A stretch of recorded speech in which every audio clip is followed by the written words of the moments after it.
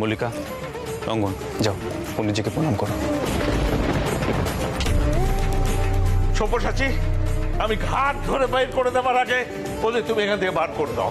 আজ থেকে তোমার এ বাড়ির সঙ্গে কোনো সম্পর্ক নেই। যাও।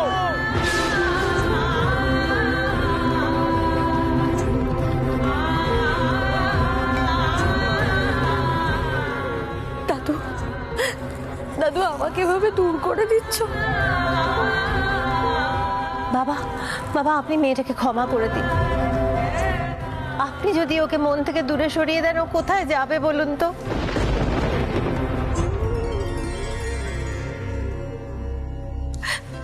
বাবা আহির, তুমি কিছু বলো না।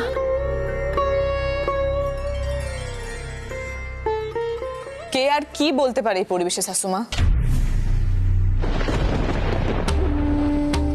এ তো আর আজকের দিনের পরিবেশ নয়, এ তো গত শতাব্দীর পরিবেশ।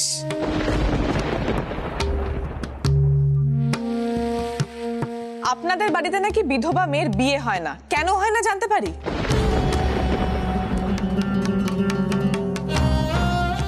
আইনে তো এর কোনো বাধা নিষেধ নেই, তাহলে আপনারা কেন এই বিয়েটা মানবেন না? এই, তুমি দাদুর মুখে মুখে তর্ক করছো, তাও এমন একটা বিষয় নিয়ে যেটা অন্যায়। তোমরা সবাই মিলে ঠকিয়েছো। আমি আমার নিজের দায়িত্বে আমি আমার বোনের বিয়েটা দিয়েছি, তার জন্য আমি এক ফোঁটা অনুতপ্ত নই। আর এই বংশের গোড়ামির জন্য একটা মেয়ের জীবন নষ্ট হয়ে যাবে, সেটা আমি কখনো হতে দেবো না। আর বাই দ্য ওয়ে, কথা কথা তো আমাকে বলা হয় আমি নাকি এই বংশের বড় নাতি।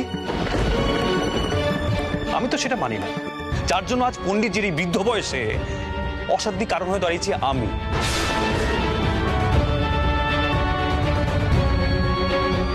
আর যখন আমি এই বাড়ির বংশের বড় নাতি হয়ে একটা সিদ্ধান্ত নিলাম আমার বোনের মঙ্গলের জন্য, তখন তাকে ত্যায্য করা হচ্ছে। তাহলে সেক্ষেত্রে আমি এখানে কেন রয়েছি? আমার তো কোনো প্রয়োজন নেই পরিবারে, আমি চলে যাচ্ছি তাহলে এখান থেকে। পিলু যাও, যাও জামা কাপড় গুছিয়ে নাও, এক্ষুনি এখান থেকে বেরিয়ে যাবো আমরা, কেউ থাকবো না, চলো।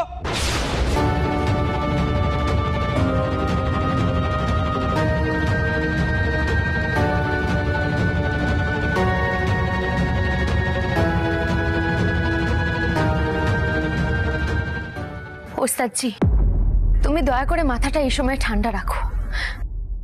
আমি তোমার কাছে হাত জোড় করে বলছি, মামুনি, এই সময় যদি সবাই মিলে রাগারাগি করি তাহলে কিন্তু কোনো সমাধান বেরোবে না। বিলু, আর কাউকে কোনো সমস্যায় পড়তে হবে না। দাদা ভাই, তুমি এই বাড়ি ছেড়ে কোথাও যাবে না। তুমি যে এতদিন শুনেছ যে দাদু তোমার জন্য ছটফট করেন, সেটা সত্যি দাদা ভাই।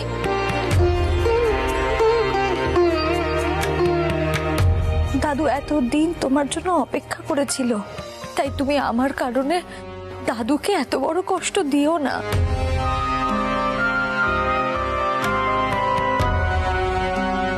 আমার মনে হয় আমাদের এখন এই বাড়ি থেকে চলে যাওয়াই ভালো।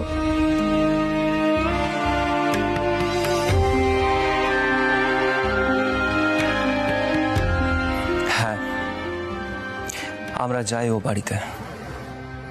শুধু শুধু অশান্তি বাড়িয়ে লাভ নেই। তবে একটাই কথা আপনাদের বলে যাচ্ছি, আপনাদের মেয়ে আমাদের বাড়িতে ভালো থাকবে।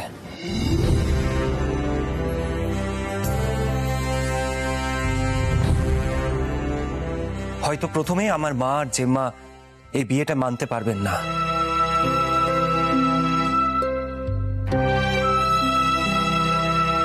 কিন্তু আমি কথা দিচ্ছি আমার স্ত্রীর আমি কোনো রকম অমর্যাদা হতে দেব না।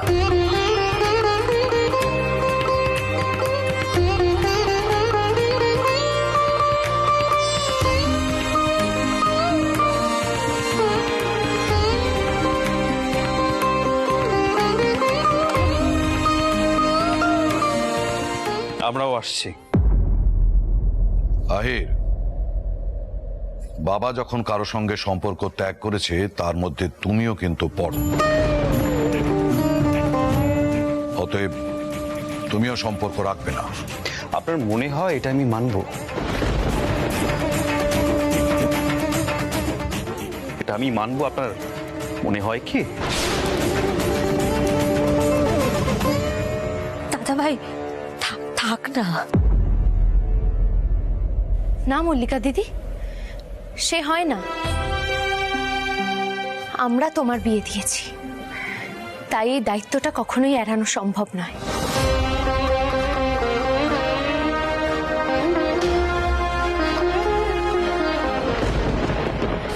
রঙ্গন দাদা, তোমরা এগো, আমরাও আসছি। মামনি, তুমি আসবে তো? আসবো পিলু। মল্লিকার জেঠিমণি অন্তত মল্লিকার পাশে থাকবে।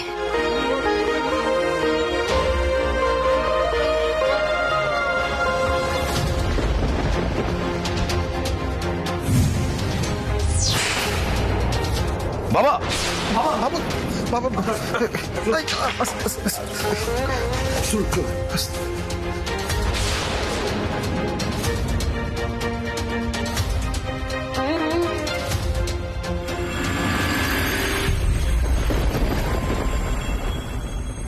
এটুকু তো আমাদের করতেই হবে, তাই না? কাকিমা, তুমি একদম ভেবো না, মল্লিকা দিদিকে আমরা তার নিজের বাড়িতে পৌঁছে দেব।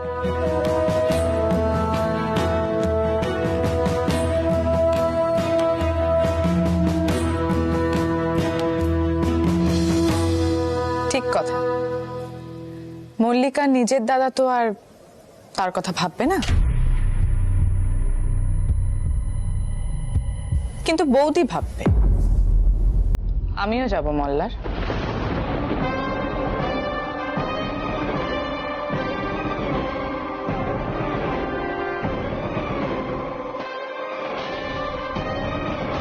পারলে আমাকে আটকে দেখাও।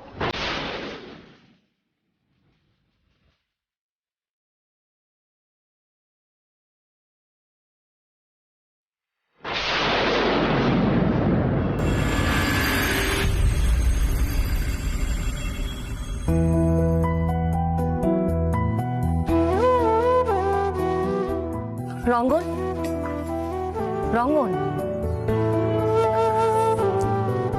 উদয়দা, উদয়দা। সোহিনী আন্টি এসে গেছে? হ্যাঁ, ভেতরে আছে।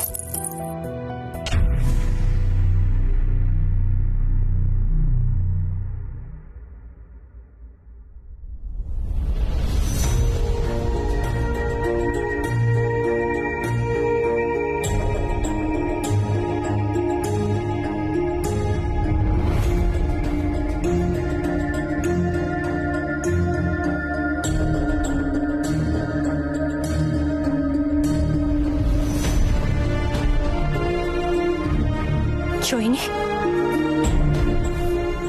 তোরা আমাকে না জানিয়ে সবাই মিলে একজোট হয়ে আমার ছেলেটার বিয়ে দিলে কি করে রে, বলবি একটু?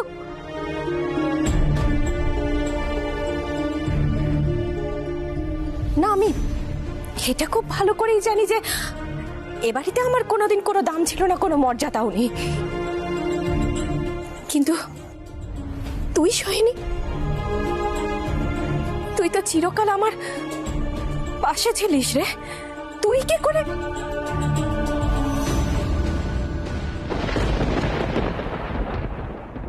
পিলো, তোকে তো আমি বিশ্বাস করতাম, এত বড় বিশ্বাসঘাতকতা করলি কি করে?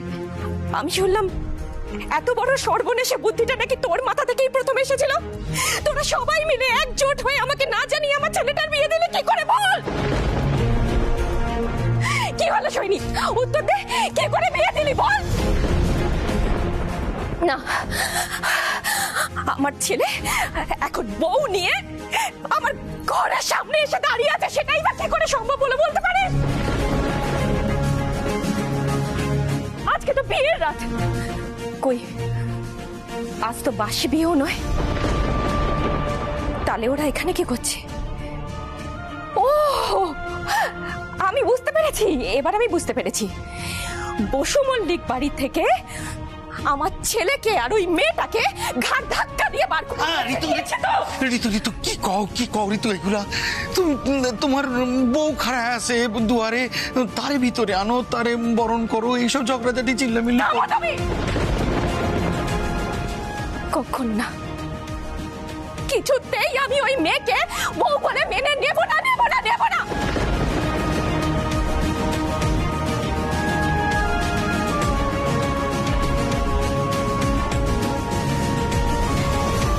দিদি ভাই আর মা বাড়িতে নেই, ওরা একটু বেরিয়েছে, ওরা আগে ফিরুক। ওই মেয়েকে যদি তোলার হয় ওরা ঘরে তুলবে, আমি নয়। আমাকে তোমরা এসবের মধ্যে জড়িও না।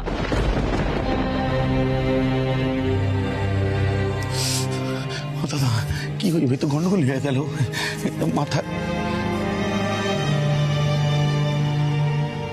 ঋতু, আমি বলি কি, ক্ষমা করো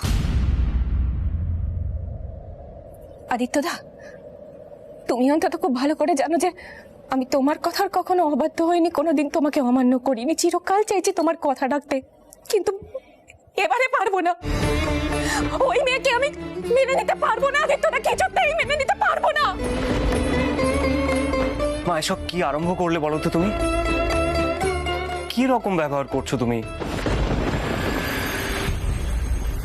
বাহ, খুব সাহস হয়ে গেছে তাই না?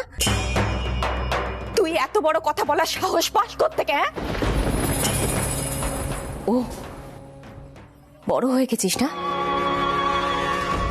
অনেক বড় হয়ে গেছিস বল। তাই মাকে লুকিয়ে বাবার সঙ্গে হাত মিলিয়ে শত্রুপক্ষের বাড়ি থেকে বিধবা মেয়েকে দম করে বিয়ে করে নিয়ে এসেছিস, তাই তো? আমি ওকে সহ্য করতে পারছি না।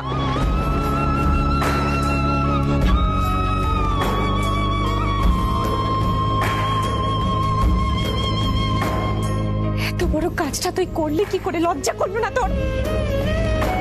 ওদের বাড়ির ছেলে তোকে এসে অতগুলো কথা বলে গেল, অত বদনাম করে গেল তোর চরিত্র নিয়ে, এমনকি বললো তুই পরিস্থিতির সুযোগ পর্যন্ত নিয়েছিস, তাও তুই এই কাজটা করলি কি করে?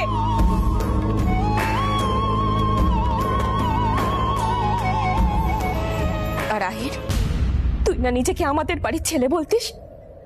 আজকে রঙ্গন যদি সত্যি তোর ছোট ভাই হতো, তাহলে আমার ছেলেটার এত বড় সর্বনাশ করতে পারতিস তুই?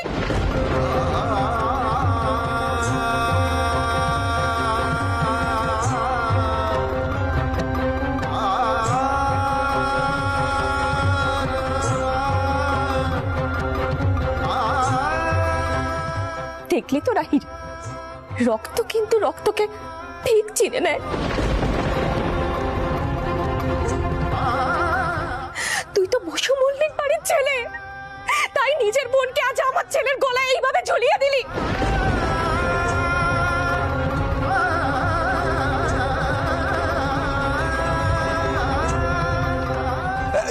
এই ঋতু, কি কও তুমি? এদিকে আসো। দাদা পাগল হয়ে গেছে, কি কয় ও? দাঁড়া দাঁড়া, উদয়, ও নিজের মধ্যে নেই, ওর কথাগুলো ধরিস না এখন। এই সোহিনী, আহির, পিলু, ঋতুর মনের অবস্থা বুঝতেই পারছো তোমরা। রাই, মাকে নিয়ে ঘরে যা, একটু সময় দে ওকে। ঋতু যা, ঘরে যা, ভেতরে যা।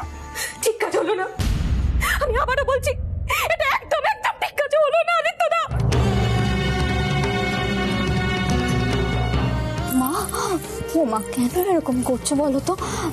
দেখো বৌদি দাঁড়িয়ে আছে, কি ভাববে বলো? করো না মা। বৌদি? কে বৌদি? ও একেবারে বৌদি হয়ে গেল। মা, খুব ভালো।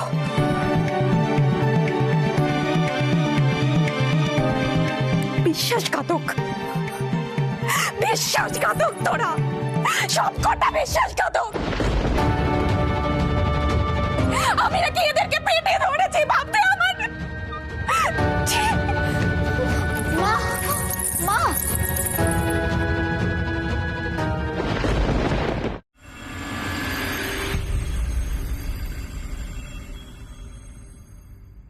মল্লিকা, তুমি কিছু মনে করো না, আসলে বুঝতেই তো পারছো কোনো কিছুই স্বাভাবিক পরিস্থিতিতে হয়নি, তাই চতুর্দিকে এত রাগারাগি। দেখো, আহির যখন দায়িত্ব নিয়ে নিজের বোনের দায়িত্ব রঙ্গনকে দিয়েছে, আর রঙ্গন যখন সেই দায়িত্ব মেনেছে, তখন একটা কথা তোমাকে আমি বলতেই পারি, তোমায় আমরা মাথায় করে রাখবো।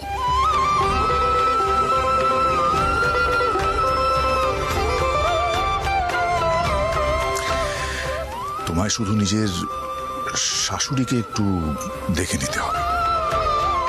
অবশ্য শুধু শাশুড়ি নয়, তোমার জেঠির শাশুড়িও আছেন। হ্যাঁ রে রঞ্জা, বলছি তুই মল্লিকাকে তোর মায়ের কথা বলেছিস তো? বাবা, তুমি কেন বেচারিকে এতটা ঘাবড়ে দিচ্ছ বলো তো? মল্লিকা, আমার মা বাইরে থেকে যতটা হম্বিতম্বি করে, ভেতর থেকে ততটাও সাংঘাতিক নয়। কিন্তু কাকিমা তো ভেতরে চলে গেল, এখন বরণ কে করবে গুরুজি? উদয়, বলছি নতুন বউকে তো ঘরে তোলার ব্যবস্থা করতে হবে এখন। আমি বরণ করলে হইব না?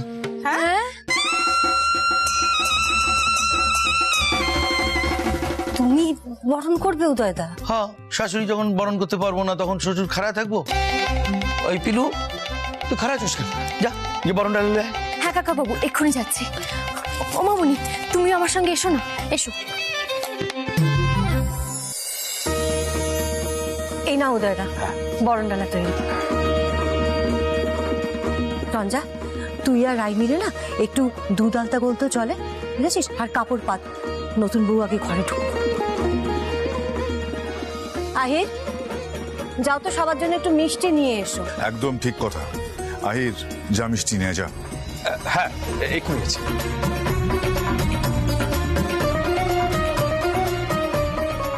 এসো বেটা।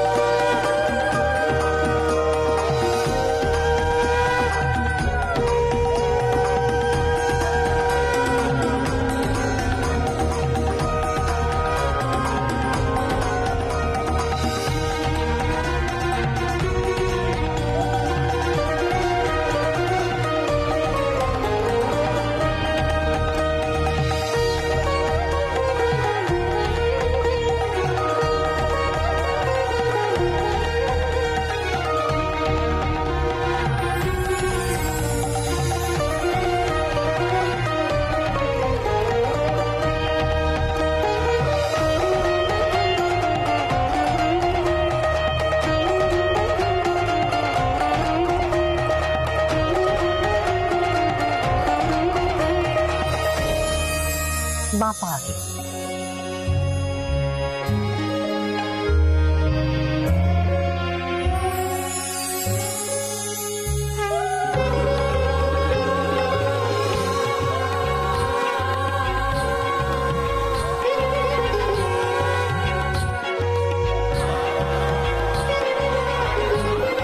এসো।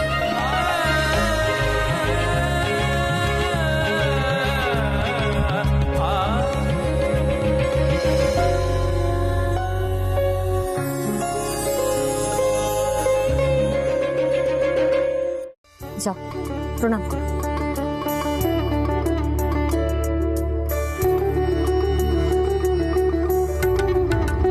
সুখী হও মা।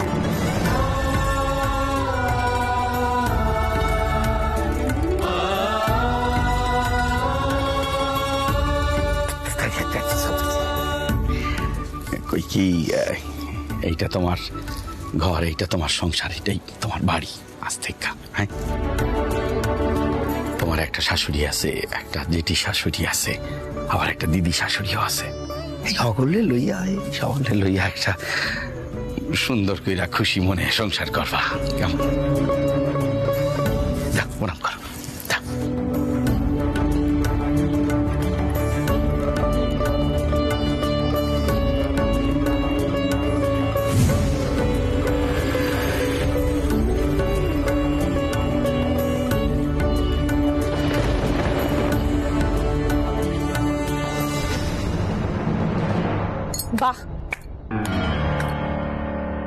চমৎকার, চমৎকার।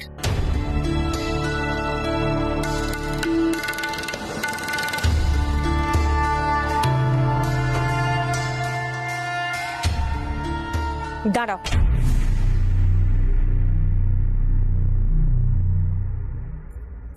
খবরদার তুমি আমাকে প্রণাম করবে না। রঙ্গন আমার একমাত্র ছেলে, ওর বিয়ে নিয়ে আমার কত স্বপ্ন ছিল, ওর বিয়েটা এভাবে হলো।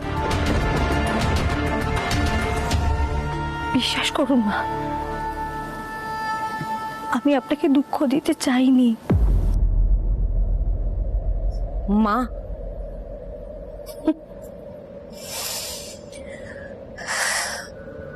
আবার মা? সোহিনী, এই মেয়ে কিন্তু বেশ ভালো কথা টথা জানে। শোনো না, তুমি তোমার এইসব মিষ্টি কথা দিয়ে না তোমার শ্বশুর মশাইকে গলাতে পারো, কিন্তু তোমার এইসব মিষ্টি মিষ্টি কথায় আমি গলবো না। তবে অবশ্য আমরা তো আর ওই বসু মল্লিক পরিবারের মতো অভদ্র নই যে তোমাকে বাড়ি থেকে পার করে দেব। এই মুহূর্তে আমি সেটা করতে পারছি না। কিন্তু একটা কথা শুনে রাখো, তোমাকে আমি বউয়ের অধিকার কোনো দিন দেব না।